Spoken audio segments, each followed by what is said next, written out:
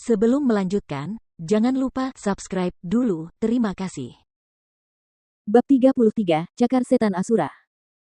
Huang Xiaolong mengeluarkan anggur dari cincin Asura, lalu ia mencabik-cabik kantong empedu beruang hitam itu untuk mencampurnya dengan anggur sebelum ia minum dan meneguk semuanya. Ia akhirnya mendapatkan anggur itu beberapa hari sebelumnya, setelah membunuh sekelompok tentara bayaran yang menyebut diri mereka roh jahat. Saat kantong empedu beruang hitam tahap 6 memasuki perutnya, helaian energi hangat mulai mengalir ke tubuh Huang Xiaolong. Helaian itu awalnya kecil, lalu tumbuh lebih tebal dalam beberapa tarikan napas. Huang Xiaolong segera mulai menjalankan hukum latihan taktik Asura untuk menyerap dan mengubah energi menjadi ki pertempuran. Dengan waktu hanya lebih dari 1 bulan, ki pertempurannya telah meningkat jauh lebih cepat melalui pelatihan dan pembunuhan binatang iblis di hutan bulan perak dibandingkan ketika ia berlatih gila-gilaan di Huang Klan Manor. Di hutan bulan perak, ia akan menemukan hal-hal yang membantu latihannya, seperti kantong empedu beruang hitam. Ini penting karena penghalang Orde ke-6 sulit ditembus. Mereka yang memiliki roh bela diri tingkat 10 tingkat atas membutuhkan waktu sekitar 1 tahun untuk menerobos dari prajurit Orde ke-5 puncak akhir ke prajurit Orde ke-6. Sekalipun dia memiliki 2 bakat bela diri yang luar biasa, paling tidak, dia akan membutuhkan waktu antara 5 bulan hingga setengah tahun sebelum dia bisa masuk ke dalam Orde ke-6. Huang Xiaolong duduk bersila sambil memurnikan energi, sedangkan monyet ungu kecil mengunyah buah berwarna ungu yang tidak diketahui dari mana ia mendapatkannya. Ia tidak perlu memurnikan inti binatang yang ditelannya. Sepanjang waktu, Fei Hao berdiri berjaga sejauh 10 meter, sepenuhnya fokus pada area di sekitarnya. Beberapa jam kemudian, Huang Xiaolong selesai memurnikan kantong empedu beruang hitam dan bangkit berdiri. Tidak hanya ki pertempurannya meningkat, tetapi fisiknya juga lebih tangguh, lebih kuat, dan lebih kencang, termasuk urat-uratnya dan ini meningkatkan daya ledak instannya. Huang Xiaolong memanggil bilah pedangnya dan melompat ke atas, dan saat berada di udara, bilah pedangnya menebas ke bawah. Puluhan sinar pedang berubah menjadi tetesan hujan setipis silet yang turun dengan deras, menutupi area seluas 10 meter. Segala yang ada dalam jarak 10 meter itu berubah menjadi debu.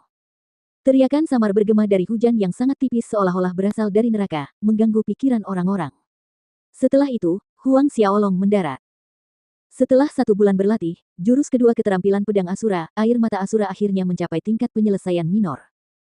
Dengan satu lambaian, teriakan Asura dapat terdengar.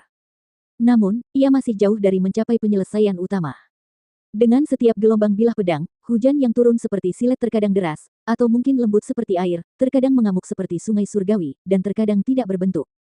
Itulah keadaan saat Thirst of Asura mencapai tingkat penyelesaian utama. Saat ini, setiap gelombang Huang Xiaolong membawa gerimis hujan yang sangat deras, tetapi ia tidak dapat mengendalikan jangkauan atau ukurannya. Huang Xiaolong menghentikan latihannya dan memanggil kembali pedang Asura ke dalam pelukannya. Tiba-tiba, jari-jarinya melengkung dan mencakar mayat beruang hitam itu, mengabaikan ruang.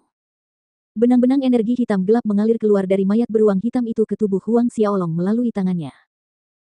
Saat untaian energi hitam mengalir ke tubuh Huang Xiaolong, dia berdiri di sana sementara cahaya hitam berkilauan di sekitar tubuhnya, lalu tiba-tiba dia mencakar pohon besar 10 meter jauhnya. Langit tampak menjadi gelap ketika 2 cakar hitam muncul di udara. Suara, bang, terdengar di udara saat kedua cakar itu menghantam pohon besar itu, dan pohon itu roboh, sementara area di sekitar jejak cakar itu berubah menjadi hitam, memancarkan aura mematikan di udara. Pada bulan lalu, Huang Xiaolong juga mulai berlatih jurus pertempuran lain yang disebutkan dalam ilustrasi, Cakar Iblis Asura.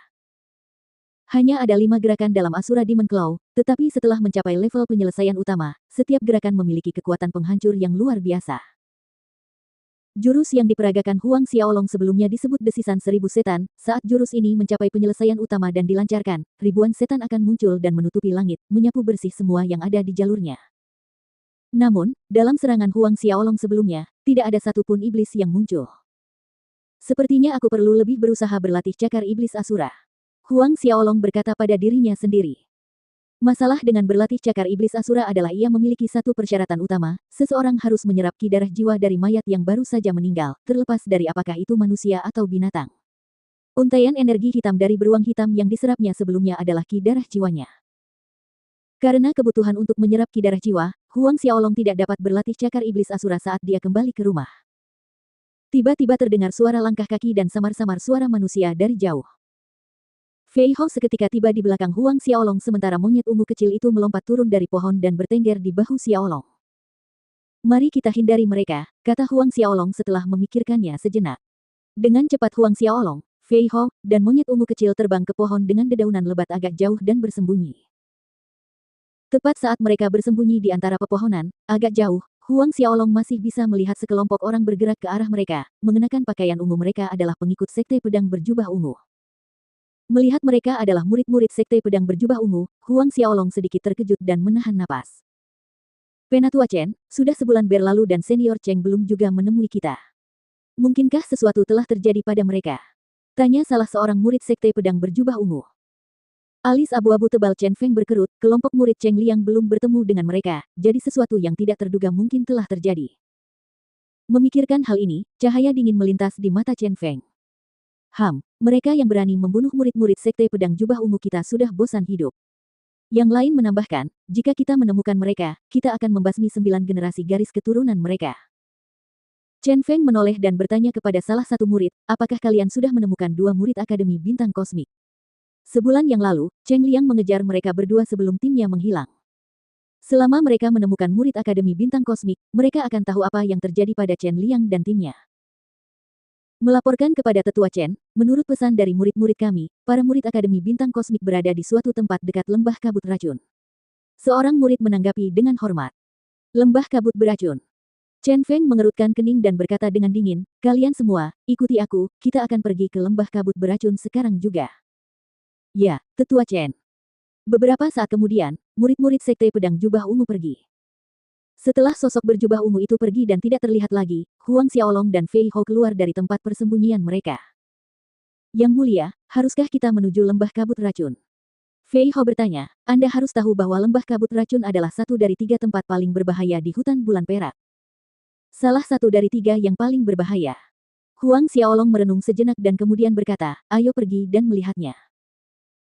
Maka, 2 orang dan seekor monyet mengikuti di belakang para pengikut Sekte Pedang Berjubah Ungu menuju Lembah Kabut Racun, tidak terlalu jauh dari tempat mereka berada dan hanya setelah 1 hari perjalanan, mereka tiba di Lembah Kabut Racun. Mereka berdiri di pintu masuk Lembah Kabut Beracun dan menyaksikan kabut abu-abu beracun yang diwarnai dengan sesuatu yang hijau melayang di udara. Chen Feng melambaikan tangannya dan berkata, berbaringlah dan cari. Murid-murid Sekte Pedang Berjubah Ungu menjawab dengan hormat dan menyebar. Beberapa saat kemudian, seorang murid melaporkan, Penatua Chen, ada beberapa jejak pertempuran di depan. Oh, ayo kita pergi dan melihat-lihat.